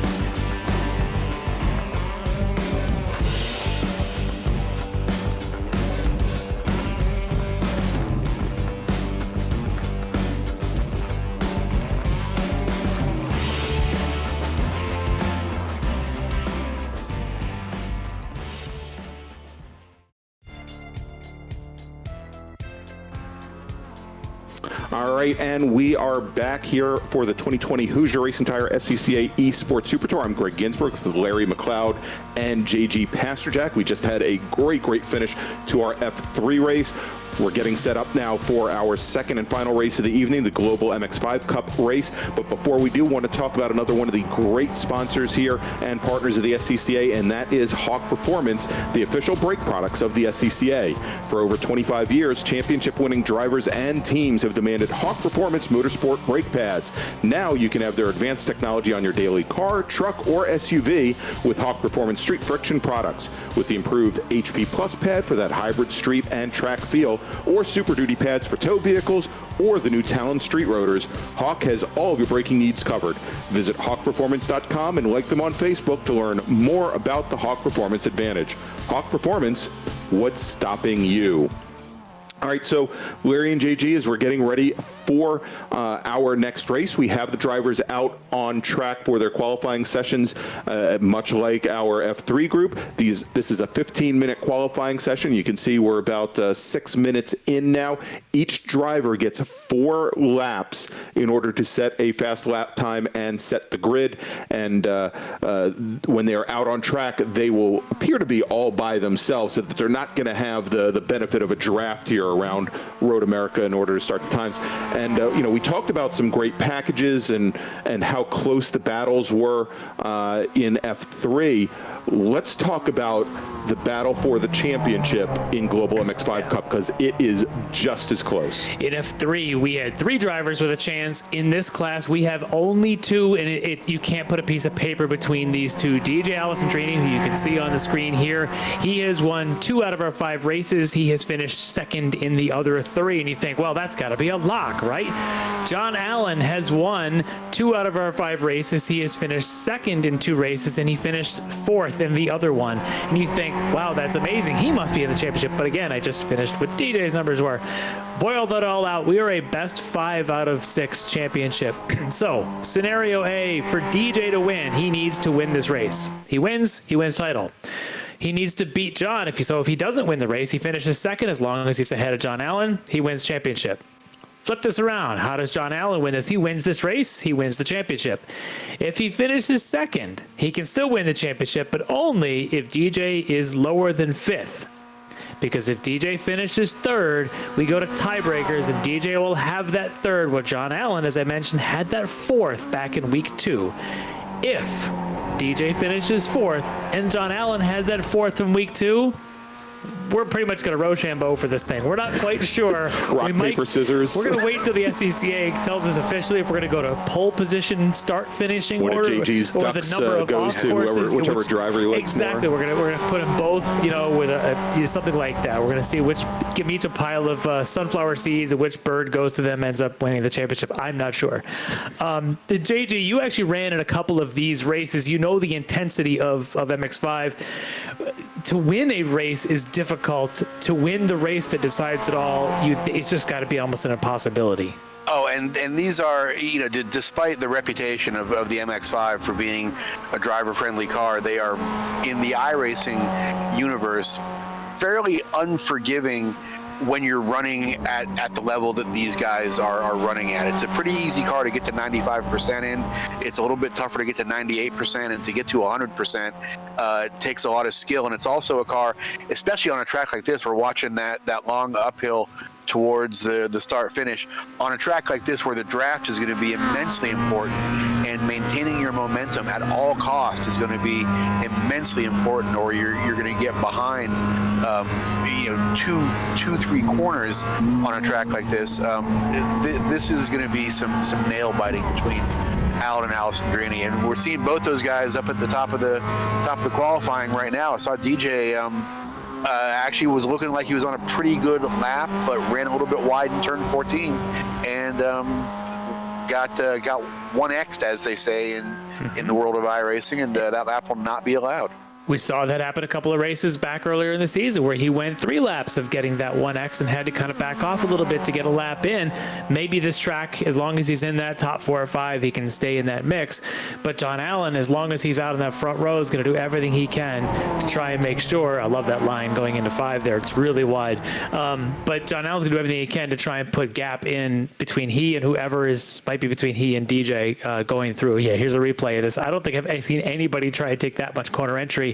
I don't know where the track limit is. I don't know if that's legal, but that is a really wide entry. But that is certainly one way to maximize your entry speed and your exit speed. What are the chances that, and JG, I mean, you in this qualifying scenario, you get 4 laps. Let's say he put a tire off already coming off of turn 3. Maybe he's just testing that entry line, knowing that what if you're in that scenario and you're just trying to get a run off of 5 or something? You do those kinds of things, don't you? You're testing corner speeds. Sure, yeah. He's got sort of an unusually large qualifying gap on DJ at the moment, almost 0.6 of a second. Which is something we don't often see in this class, which is real close. And these guys also know each other very well. They know what kind of times they're capable of here. So yeah, John Allen could be out there just doing a little bit of experimenting with what these final track conditions are going to be like, because we see him drive by a bunch of marbles there in turn 14. Those are persistent from qualifying to the race, and those marbles will build throughout the race. There's more being modeled in this sim than just the cars and the tires. Track conditions are being modeled as well. So John Allen kind of experimenting with some of those track conditions to see what things could be like deeper into this 25-minute race. Right, so we've talked about the battle here, these two titans coming together, John Allen and DJ, and how they've basically split the 4 out of the 5 races. One of them has won this. But Greg, tell me about what they're actually fighting for. Yeah, now we talked about that great package that the F3 drivers had, and really not all that much different for the winner of the Global MX-5 Cup Series. Not going to be a driver's school, not going to be an arrive and drive, but we have some great packages from our partners at Hawk Performance, at Coney Shocks, and also from Haggerty. The winner of Season 2 here on the eSports Super Tour is going to win a set of Coney Shocks. They're going to win a set of Hawk Performance brake pads and brake rotors, and in addition to that, they are going to win an entry to the 2020 Tire Rack Nationals, the Tire Rack Time Trials Nationals, powered by Haggerty, and that is held every year at NCM Motorsports Park, the home of Corvette, out in Bowling Green, Kentucky. Beautiful racetrack. It is, and JG, I know that you have been to that event the first 2 years that it's been out there. I was down there with you guys. From anybody's perspective, is how great is that event? How great a prize is that for somebody to be able to get out and go to that event? Oh, that's just fantastic. That is it's a beautiful track. It's a beautiful area of the country. It's a track that I think is phenomenal for a national level event, because it's a very complex track, and it takes a while to learn. It takes a while to master, and it takes being able to do a lot of things well, both by you and your car to succeed at. So it's a real test of driver and car, and what a fun event. What a great way to hang out with with people for a few days and have fun with cars, as we say in the SCCA world. It's a lot of fun because it caters to all levels. You got it's like a driver school at the same time as being a high level competition, at the same time being a big paddock party. It's a great time. I love the event. All right, so as the clock is continuing to count down here in qualifying, John Allen in the number 101 Brewdog car. You're watching him right now come through Billy Mitchell and over towards turn 14. I believe this will be his last qualifying lap. He is currently your provisional pole sitter with a fast lap of a 2:35.652. DJ Alessandrini already brought his car back into the pit lane. He is almost 6/10 off of John Allen's time. There's John right there with the smile showing from ear to ear right now. Ryan Maloney in the Olsen Vest car. Now Maloney came in, I believe, third, both at Lime Rock and also at Sonoma. He is currently the third fastest driver on track. He is about a half a second, actually 45/100ths of a second off of Alessandrini, so currently sitting third. Luke Pfeiffer currently the fourth fastest driver on track here currently. Now, a couple things and a couple drivers that we want to look for, and he doesn't always qualify that well. Currently, he is the fifth fastest driver on track. That is Celine Roland in the number 87 car. Of course, Celine runs in the real-life Global MX-5 Cup, and what we have seen here throughout this season and the previous season, he is a very aggressive driver on track and does make up a lot of ground in many cases by just getting in the heads of the drivers right around him. Now, one of the other noted Spec Miata drivers or Global MX-5 Cup drivers that we don't have out here this weekend. Busy this weekend, I see. A little busy. Preston Pardis, who he hasn't finished on the podium this season here on the Super Tour. He's our 2017 SCCA national champion in Spec Miata. He's actually, and it's interesting because he won his championship at Indianapolis Motor Speedway. This weekend, he is racing in the Xfinity Cup Series. Where's he racing this weekend? On the road course at Indianapolis Motor Speedway. So good luck to Preston Pardis this weekend as we have our drivers getting gridded up and ready to go. Let's quickly talk about another one of our partners and one of the folks providing the great prize package for the Global MX-5 Cup champion this year, and that is Coney Shock Absorbers. And Coney Shock Absorbers and the SCCA have a very strong history dating back from the 1950s all the way up to the present day. Coney adjustable shocks and struts have for decades been a cornerstone and often starting point for performance, suspension, refinement, and tuning. From being the maker of the industry's very first adjustable shock absorber to today's patented FSD street shocks, Coney has long demonstrated that the product improvement means product innovation. For more information regarding Coney products and activities, please go to www.coney-na.com, or you can visit them on social media on Facebook, Coney Shock Absorbers, and Instagram at Coney Shocks. So Larry, we're getting ready for our second start and final start of the evening. Let's run down the grid. What better way to start the race than with the two Titans, with only two drivers with a chance to win this thing, starting side by side in the front row. That's John Allen on the pole in the Brewdog MX-5 alongside his good buddy DJ Alessandrini on the other side. Either one wins this race, they'll win the championship. On the second row, lots of spoilers in play here. Ryan Maloney on the inside, Luke Pfeiffer on the outside.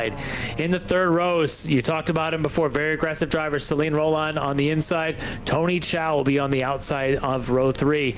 Row 4 will be made up by Tyler Campbell and Elias Roman. Elias currently sitting, I believe it's 4th in the overall points. He could play spoiler here as well. In the next row, Ismael Basso, also up there in the point standings. He'll be alongside Kevin Zhu on row 5. Row 6, we're going to have Justin Hall lined up with Will Robbins.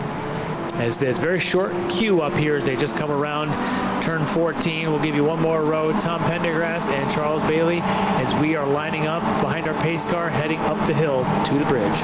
All right, and they come up the Road America Straight. They're going to go right up over the crest of the hill. And for the second week in a row, or second race in a row, DJ Alessandrini, rather than battling side by side with John Allen, just tucks in behind before the green flag even flies. And that is because our third place driver, Ryan Maloney, was sitting so far back from our leaders, but now Alessandrini, you can see he moves all the way back out, driver's left, and we'll see if he can carry that speed through turn 1 on the very first lap, and he comes out of turn 1 side by side. We see a quick wiggle there from Celine Roland in the number 87 car, that blue and gold car, and he gets trapped and drops back in the 5th place as our leaders come through. Now Ryan Maloney takes sole possession of 3rd place. Sitting right behind him, we've got Luke Pfeiffer, and then Celine Roland manages to stay in 5th. He's got Tony Chow and Elias Roman right behind. So and I think we're going to see, DJ and John, they really, much like Caleb Patry did, really want to pull away from this pack and make this battle about them. And they're having a very, very hard time doing that right now. As we see Celine Roland making the inside move into turn 5. I told you he was aggressive, and there he goes, and he almost got it done, had a wiggle on the exit, and he drops back,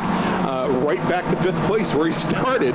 But I bet you that was a heck of a scare for DJ Alessandrini there for just a moment, but it gave John Allen a little bit of breathing room as they now come through the hurry downs and come into turn number 8. Look at that, John Allen now with about a 2-car length lead over Alessandrini and the rest of the field. JG, I was going to ask you, have you ever gone around Road America side by side somebody for 4 miles? Because I was wondering if that's what DJ and John were about to do.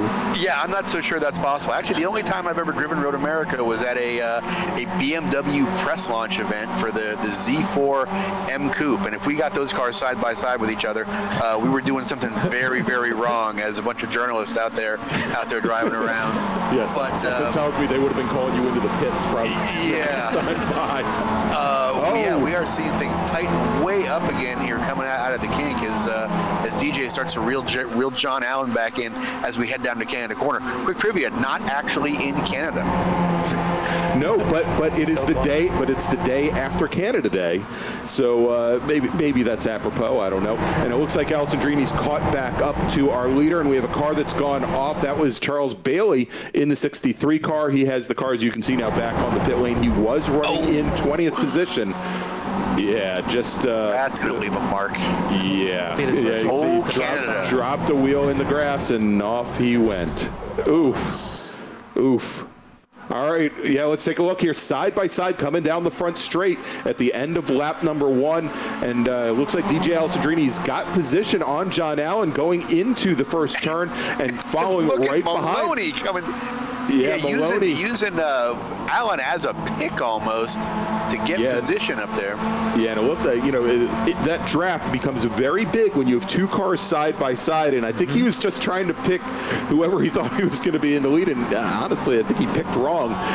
So he sits back in 3rd, sitting in 4th right now. Still Luke Pfeiffer, Celine Roland running in 5th, but here we go again as Ryan Maloney. We'll have to see. I guess bump drafting is kind of an oddity here when you do it, because if there's any kind of a delay between the car ahead and behind, when you're dealing with the computer systems, it's not like in real life you can send somebody for a real bad ride. But now coming down into turn 5, boy, this is Pfeiffer almost got right into the back of Maloney, and here comes Roland up the inside. And you see how quickly those groups can split up just with a very small mistake. This is, I think we're in for 25 minutes of this. This is definitely a pick the wrong week to quit sniffing glue kind of race here, you guys. I completely agree. And just watching how this is going, Maloney, we watched him in season 1. He ran the Skip Barber cars. He was a very calculated driver. Watching him with someone at the time like a Billy Davis or one of these guys, they would sort of team up, and they were very good at sort of matching up. And then you got a guy in this race like a Celine Roland, you talk about, he is this wild card to come in and be aggressive. It's watching them intermix here, and Luke Pfeiffer maybe is also, we just saw him kind of make a little contact coming out of 5. He appears to be a little bit of that aggressor too. If that continues to happen, it's going to hurt Maloney's chances of sticking with these front 2. But Maloney wants to get in there and play spoiler to the John Allen, DJ Alessandrini right now. That's where he wants to be, and he's trying to be conservative to stay there, but he's got these gnats behind him that keep poking at him, and it's hard for him. Yeah, and I'm a little surprised to see John and DJ still being so aggressive with each other. At some point, you'd think they might back off of each other, use the 2-car drafting ability to pull out a 1.5 2-second lead on the rest of the pack, and then settle it amongst themselves. But all of this beating on each other that they're doing is allowing that pack to stay with them, as we see DJ just about get into the side of John on and the JG, let me jump in here real quick, because you can see the move that Maloney is making now. Probably the one corner on this track that I would never want to be side by side going through is turn 14, because you are never going to get a good run out of that corner. And Maloney was just in the perfect position. He was about a car length and a half back, was able to turn in late, and had a great move as he now comes up, and it looks like he's going to manage to hold on to second. But Allen still has the lead, even though he was a bit side by side with DJ, but DJ wasn't able to hold, as you said. He was able to had to kind of give that up, but then DJ still got some of that back. Yeah, and almost found himself in fourth place, did DJ, but somehow managed to hold on through turn 1 there. Roland is so aggressive here, though. But this top, what is this, about top 8 or 9 now, is just kind of just fighting. Yeah, I mean, it's one long train. This looks like an SCCA Spec Miata race right now, where you've just got a line of cars. Now we've got side by side. Was that for a moment there, Tony Chow moving out on Elias Roman, but they've now gotten back in line. And dropping some wheels coming out of turn 5 is John Allen, but he manages to hold off Alessandrini going up the hill underneath the Corvette bridge. So at the end of last week's race, after John Allen did a great job of just really putting his head down, had just so well dialed in Laguna Seca, and DJ had called it, said that's his track, that he's going to win that race. I had asked him, I said, hey, you got a Weekends Hill Road America, are you guys going to practice together, you and DJ? He goes, yeah, we'll probably practice together, but we're not going to practice our strategies. They'll probably hold some of that to a little closer to the vest. So JG, I mean, his strategies here at this point of the race is still early, feeling it out. How much of your hand are you showing even at this stage of the race? How much are you going to try and hold back at this stage of the race? Yeah, I'm honestly a little shocked that we've seen so many moves by both defensive moves by the driver in front and offensive moves like we're seeing right now from DJ, because by doing all this, by showing so much of what they have, they're allowing those 3rd, 4th, and 5th place drivers to stay right in it. And we'll see how long DJ can make this pass for the lead stick. He got it through Canada Corner. He's trying to hold it all the way to turn 14, and John Allen's not going to let him do it. Can I tell you, that run going down into Canada started off with DJ Alessandrini going 2 wheels in the grass going through the kink, had about a half a car width completely in the grass, was able to straighten up the exit there, but I'm just amazed he was able to carry that speed through the corner. Now, the other question there, JG, is as we have John Allen and as we have Alessandrini battling it out side by side, having to compromise their line through almost every corner, what are they doing to their tires here? And do drivers like a Ryan Maloney, who's now coming up and battling DJ for the lead, or a Luke Pfeiffer, are they in a better position as they can continue to drive their normal line and maybe putting a lot less stress on the equipment? Yeah, well, it's certainly, I think we learned something else very important right now in that previous corner. We saw DJ come out of turn 14 behind John Allen and manage to draft past him by the time they hit the start-finish line. So DJ now has that information in his pocket that he has that start-finish line in sight with a proper draft coming out of turn 14 on the last lap, and John Allen's taking it right back right now. But yeah, Greg, as you mentioned, these tires on these MX-5 Cup cars, they wear just like a tire in real life, and you can overheat them, you can back off a little bit and get that tire back under you a little bit. But I'm not seeing any of these guys making any compromises for saving the cars, saving the tires, or for not showing what they have from a driving tactic perspective. I'm just seeing 4 drivers really just wailing the hell out of each other behind the dumpster at Tasty Freeze right here. This is the longest 2-lap sprint race I've ever seen. Yeah. That's how they're driving. I mean, this is probably going to be about an 8-lap race. They're driving like the next corner is going to decide the winner. Yeah, so right now we are about halfway through this 20-minute race. We've got 4 laps in the books. We've got about 4 laps to go, and I'm looking at the top 5 drivers are all within 1 second of another, and it's 2 seconds from the top. Oh, and we have going off right now, not Ryan Maloney, that's Luke Pfeiffer, goes off on the exit of the kink, and he gives up the position now to Celine Roland, who now is in that battle with Alessandrini and Maloney going in the Canada corner now. Yeah, this will be interesting to see how close DJ can pull up on John Allen coming out of turn 14, if he can pull that draft bypass again going down the front straight before they hit start finish. DJ definitely knows he can do that. Taking a wide line into turn 14, I think we're going to see him try and make that pass once again before turn 1 here. Yeah, It's a matter of who's going to go with him. Yeah. I was going to say the same thing. Yeah, does he drag Maloney with him, and can Maloney make it by? Because it looked like the last time Maloney was not able to clear Allen when he tried this. Allen was able to hold second, but this time Maloney's going to get right up under there. Yeah, and you'll notice that DJ would love to have somebody between him and John Allen. Is DJ lifting to not let him by? It just doesn't seem right. They should both be able to blow by, right? You would think, yeah. And looks like they're now Celine Roland. If you notice, coming out of 14, he was waiting for Maloney to pick a draft partner with, and then Roland went all the way across the track to pick John Allen, and he had a long way to make up. He had about 2.5, almost 3 car lengths, and he couldn't get there by the end of turn 1, and so ends up having to fall back in the 4th position. But look for a moment there, coming out of 14, he might have been able to pick up another position. As we see our leaders again side by side as they roll down the hill, heading down towards turn 5. Now, the one move we haven't seen yet is he's been to the inside almost every single time. We haven't seen John Allen have to take that move into turn 5. And we have a little bit off in the back there coming up the hill after 5. Big wiggle from DJ getting 2 wheels off there, heading under the Corvette bridge. Yeah, let's take a look here. Yeah, drops the wheel, manages to gather it back up, and side by side, not a lot of room there for Roland and Maloney. Yeah, there you go. Look at that, though. Cool as a cucumber there behind the wheel. Oh, Tony Chow, who was up for that mix, yeah, he was running in 7th place right ahead of Kevin Sue, and looks like, he went off. Oof. Might have gotten a little help there. Yep. Yeah. Yeah, it looks like Ismael Basso got into him, and then Justin Hall in the 164 right behind. Oh, yeah, I've hit all those dudes this season, I think.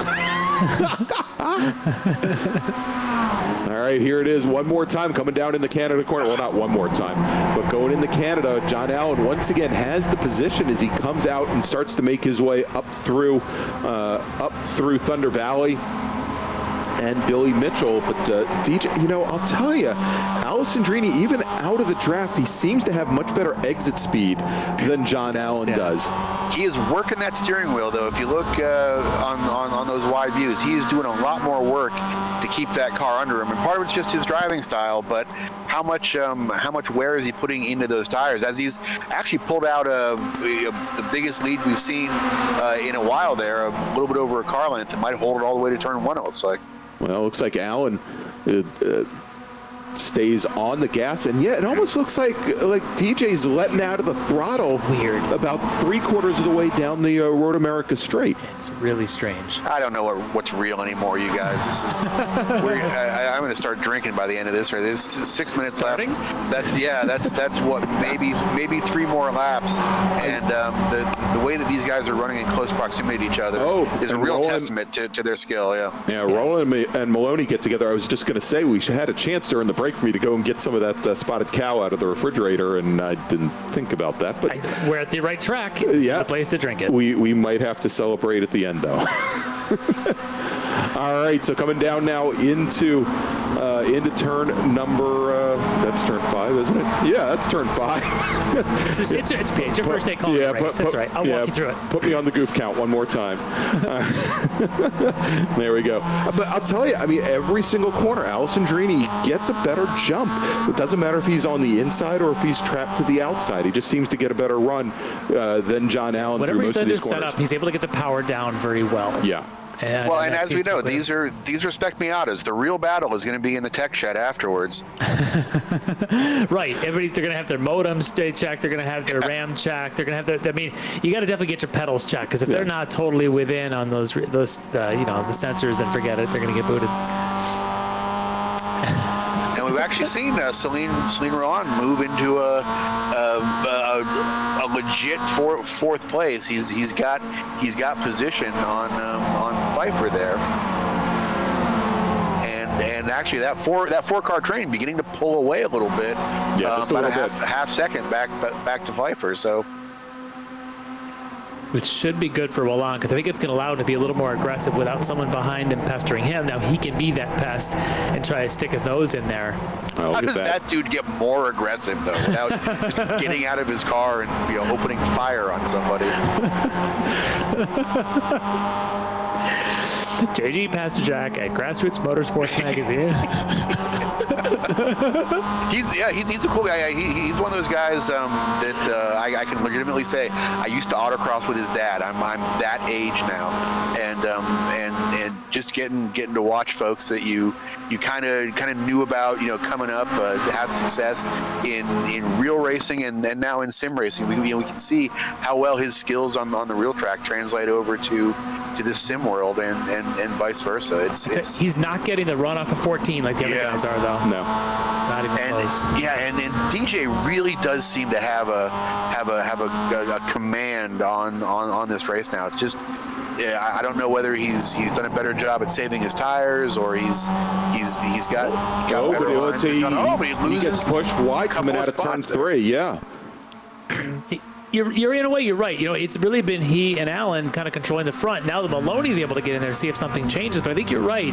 It's almost as if DJ's been kind of toying around, looking for things and maybe seeing what Allen has here and there. But it seems like every time DJ needed a run off a corner, he had it.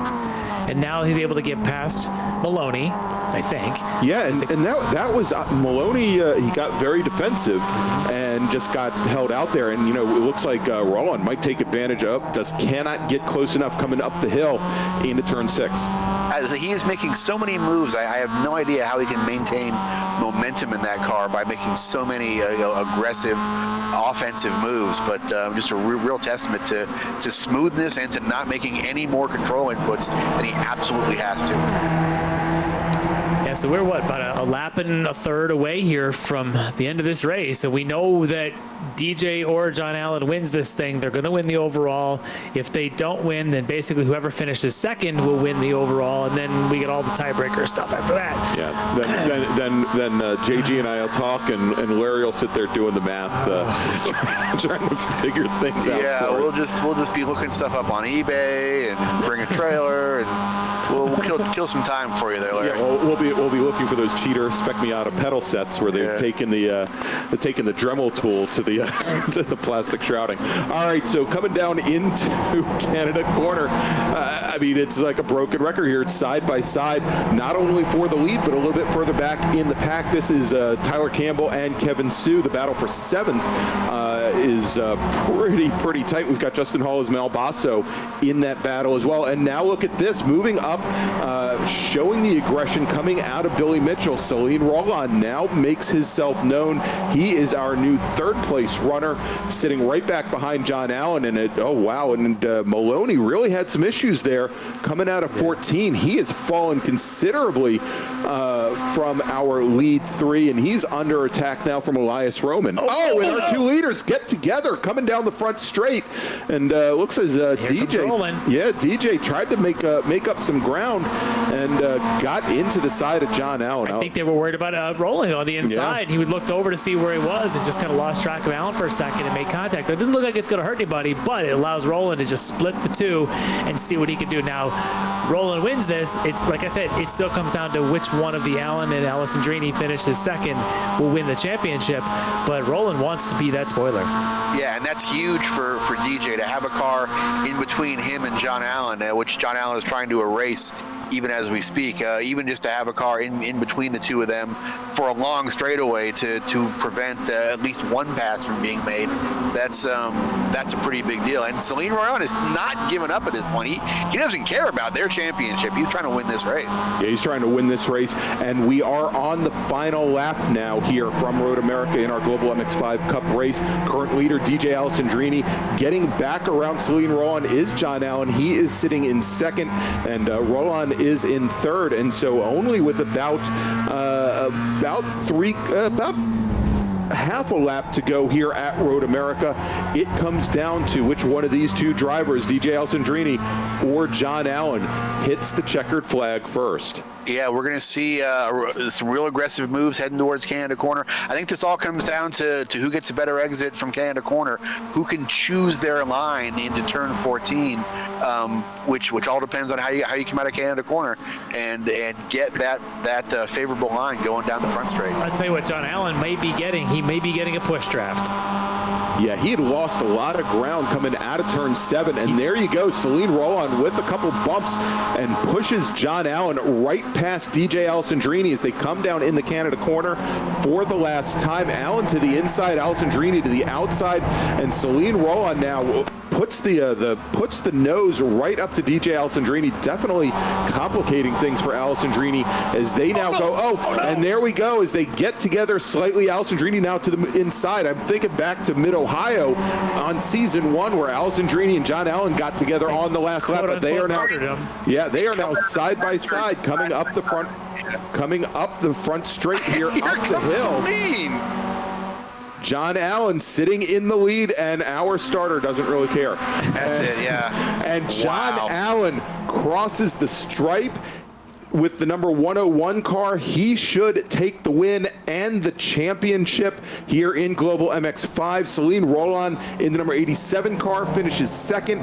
DJ Alessandrini will come home third, finishes second in the championship here. Elias Roman fourth. Luke Pfeiffer will come home in fifth.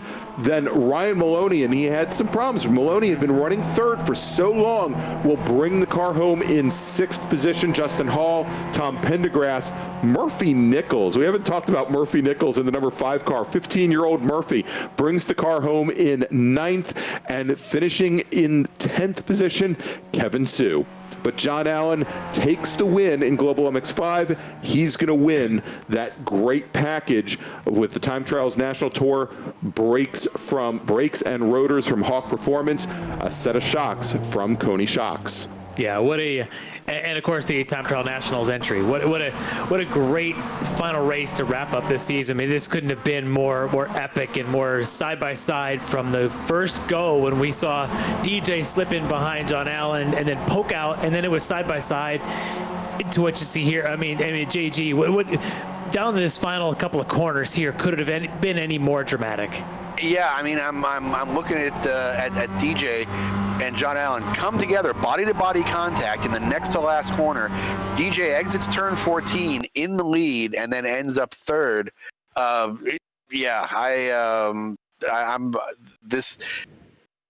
This kind of racing is what spec racing is known for, and it absolutely delivered here tonight, you guys. Yeah, I'll be curious when we talk to these guys. I think when DJ tapped John going through Bill Mitchell Bend there, I think he backed off a little bit, and he wanted to make sure that he didn't have an advantage there, and I think that's a very gentleman thing to move, to give him that move. It's a very, very smart thing to do. It's the way SCCA racing is. You know, if you tap somebody and you have an advantage, you don't want to carry that advantage, and you can see even here, he says, wait a second, I hit him before, I got to back out. Yeah, that's what it looks like to me, and I think it was the right move. And John, in that case, definitely deserved that win. Yeah, and speaking of this amazing race, not to put you guys on the spot too much, but do we know anything about season 3 of this coming up? We know that it's because the analog world is continuing on. We know that season 3 is not going to be in the immediate horizon, but the Fun with Cars sessions are going to continue on midweek. So definitely keep your eyes and ears peeled for those. And as we get to a formalized season 3, we'll make announcements down the road, but probably not in the immediate future, as it seems as folks like yourself and ourselves are off doing, whether it be time trials or rallies or club racing or solo racing, we're all off doing other things. So we may wait until that kind of winds down before we bring back official races, but certainly the midweek Fun with Cars are going to continue because those are a blast to do. Yeah. Well, what a great opportunity to race with a bunch of people who are very track savvy, very considerate, and if you're looking for a place to get your feet wet in sim racing and you're worried that you're going to be out there with a bunch of crash happy psychos, this is a great place to do it and find a lot of very considerate, very controlled drivers. Yeah, and that's the great thing about the SCCA group. At least you're going to join an SCCA Fun with Cars session. You're going to have good SCCA people in there, and it's a great way to learn as well. And yeah, then maybe warm up to some more iRacing seasons coming at the end of the analog season. So what a great way to wind up with this race. We'll see who we can get in here for a post-race interview. I'm sure we can get John Allen, and I know we can always get DJ. He's never tough to get. Yeah, of course. He's Yeah, we have John Allen. He's finishing up his well-deserved victory lap. Well-deserved victory lap. So he should be with us in a second. But Larry, while we wait for them, and as long as we have Road America sitting right in front of us, we have a lot of events coming up with the SCCA at Road America. In just a few weeks, we have, and we've mentioned this before, the National Championship runoffs are coming back to Road America. Registration for both drivers and also volunteers opens up on July 15th, so about 2 weeks. So definitely keep your wits about you. Be ready for that to get in. Now, in addition to that, the Rallycross Nationals, the SCCA Dirtfish SCCA, the SCCA Dirtfish SCCA, the Dirtfish SCCA, that, add another one to the goof jar there. The Dirtfish SCCA Rallycross National Championships are going to be held August 14th through 16th at Road America as well, and I believe registration now has already opened, so definitely head your way there. And we'll talk about some other events coming up in the SCCA as soon as we finish up the interviews, but can we pull in? We've got our third place finish tonight, finished second in the championship. DJ Alessandrini, DJ, are you sweating profusely? Because that looked like a very intense race. No, I was playing my game and it just didn't work out the way I wanted it to. Come on now. That looked very intense between you and John, with Ryan Maloney and Celine right back there. You guys never had even a half a Miata width between you at any point during this race. Playing strategies, playing each other out. What's going through your mind in this race? At what point do you guys decide, no, we just got to tuck in line and pull away? Because you never did. Well, for me, never, because John had to win that race. I didn't have to win that race to win the championship, but John had to win it. So if I just played nice with John and I shoved him along, or he shoved me along, or anything like that, then now it's a coin flip. But when I keep attacking him corner after corner, checking him up, trying to get the people behind us to start to mingle, even though they never did, it puts the odds more in my favor. So I was trying to play to my odds, just because the way Road America works out, it's kind of like, well, who played the draft a little bit better? But I thought going into the last lap, I had my plan. I was going to check John up in the kink, and Celine was going to drive past both of us. That was the plan. And so he didn't play along, did he? I don't know what happened. And I was like, I'm not going to Celine. He picked his own winner, and it wasn't him. Yeah, I just expected Celine to go, shoot, I'll win this thing. Instead, he shoved John. So I played it. I tried to play some games. I think John had better pace tonight. But you kind of have to get a little cheeky when you're not faster. And that's what I was trying to do, and the faster driver won. So Did you guys come together there in turn 13 just a little bit on that last lap? Coming out of Canada corner? Yeah, a little bit. I lifted, and now I'm kicking myself for lifting. You know, I could have Ayrton Senna that at any point, and I would be going to TT Nats for free. Well, I appreciate that you actually you're bigger than that, and that you were the gentleman tonight. Whether or not you're conscious. Struggle, though. Let's be honest. Well, I appreciate that the better side won out of that internal struggle. So I knew that you definitely wanted your good buddy John to ultimately win this thing if it was going to be a fair shot. So it was good. It was good racing. I kept rattling him in Discord, telling him that at any moment I can make it look like an accident, even though I was never going to do that. But Or not again, yeah. The mic comes out, you never know. Well, that was a good race, DJ. That was a lot of fun to watch, and a good season all around. And I'm sure we'll still see you at Time Trial Nationals. You'll put your own entry, and we'll see you down there. Yeah, I'll probably spend money. Yeah, you will. Yep. All right. Thanks, DJ. All right, thanks, guys. All right. I think we're going to bring our winner of the race and our champion of the series in here. Yes, there he is. Brewdog's own John Allen. John, congratulations on the race win, but more importantly on the championship here in the MX5. Not easy, was it? Oh my gosh. Well, it shouldn't be. No championship should be, but man, that was, regardless of the outcome, I mean, had that not gone my way, it still may have been one of the most fun races I've ever lost. You know, it was like, it was clearly, we've had some races here at Road America, you know, different leagues and whatnot that's, you know, you think the wise thing to do is sit and snipe the draft, but once it was clear that the lead pack was as big as it was, you don't want to be susceptible to any of them. So it's worth it to just fight it out and know they're all going to be there. So who's going to have to defend and attack and make life more complicated? And, yeah, we almost expected to see you and DJ, since you had a little bit of pace on the rest of the field from qualifying. We almost expected to see the two of you sort of gap the field before you started making moves on each other. But it looked like the gloves were off from the first lap, and that really allowed the rest of the field to get up behind you. What was it like having to, you know, play both offense and defense at the same time for 25 minutes? Very, very stressful. I will say that, you know, I would have been fine with that breakaway, but our points situation coming in was a little bit different. And so, you know, DJ had a bit of an advantage in the bag on points, and he worked it to perfection. You know, he had the ability to stress me out by, you know, pushing the issue right away when I would have been happy to ride behind if there was a breakaway and just try and get that, you know, that draft at the end, because I pretty much had to win this race to win it all. And he had a little bit of a cushion to play with where he could, you know, pick a guy to push up beside me or tow a guy past me, or I forget what lap it was when he popped out to the right, to the inside up the hill, and I looked in the rearview mirror and watched 7 cars follow suit and go over there, and I was like, that is a scary freight train. Yeah, there was a long freight train, and DJ was just telling us that his strategy was to keep that train as close as possible, to keep it mixing up, and that had to play to your nerves, but you did look like it didn't really bother you too much, as you were pretty much first or second for that entire race, up until Celine Rowland decided to stick his nose in there on that last lap. I mean, did that shake you up at all, thinking Celine's going to ruin this whole race, until he starts bumping you coming out of the kink? You just couldn't let yourself think about it. I mean, I lucky enough to know Celine well enough to know, you know, to not be surprised by that. It doesn't matter what's on the line. He has his, you know, race car alter ego.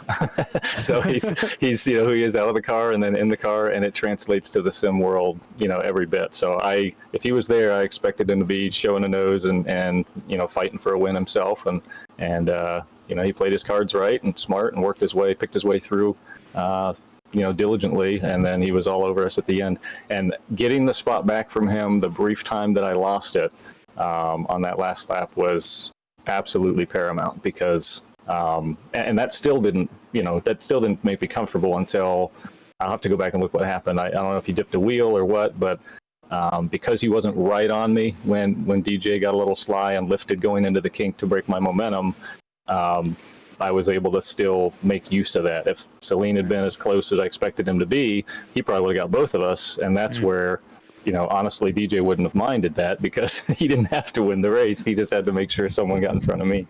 So did you allow yourself before this race to think about what you might be putting those Coney shocks on, or those Hawk brakes on, or what you're taking to Time Trial Nationals? Well, I have kind of a unique proposition for that. I don't have a time trials car. I don't know that I'll have the time to build a time trials car. So my Spec Miata can't wear conies, nice as they are, though it might use hocks. I'm just as interested in, offering up these nice hawk pads and coney shocks to someone who has a time trial car who might want to do a team entry and have me help them try and get a championship at NCM. I do hold a track record at that track, so I'd love to help somebody go for it all. See, and I was just thinking that that DJ could have bought him off. No, even better, because somebody else who maybe has a car that he could put them on. Now, you can say you could kind of pair up with them, and you can both bring something down there and run. That's a pretty cool thought. So absolutely, yeah. No, I can't. So the offer's out there for anybody listening. Too cool. Well, congratulations, John. A great season, a great win today, a very hard-fought, well-deserved win in this race today. In fact, a win in these last two races that you needed them both. You got them both, and we'll see you at NCM in hopefully about 2.5 months. Fantastic. Yeah, I look forward to it. And I can't jump off of here without just, throwing a shout out to DJ. Obviously, epic seasons. And, he and I run a lot, whether it's in this league or not. And I'm sure that was quite a show. I can't wait to go back and watch it. But I can count on one hand on all of iRacing the people that I've run a race that tightly with and had every bit of trust in the world, corner after corner. So that was loads of fun. Yeah, you guys had a great time, and clearly that trust comes through on the broadcast. So, great job, John. All right, so that was John Allen, our Season 2 winner in Global MX5 Cup. And Larry and JG, as we get ready to wrap things up here for Season 2, wanted to mention a couple of real-life SCCA events that are coming up. We've talked about these, I think, the past couple of weeks as well. The 2020 TIRAC SCCA Time Trials National Tour. Of course, John has just won himself an entry to the Time Trials Nationals. But our next event is actually this weekend. It started today, tomorrow as well, at Thompson Speedway Motorsports Park. The interesting thing about this event is that it is the 75th anniversary of the very first road rally held by the Sports Car Club of America. And where was it held? It was held at the original Thompson Speedway. So SCCA really returning home after 75 years. We have another event, and that is going to be July 18th and 19th, and that is at Gingerman Raceway in South Haven, Michigan.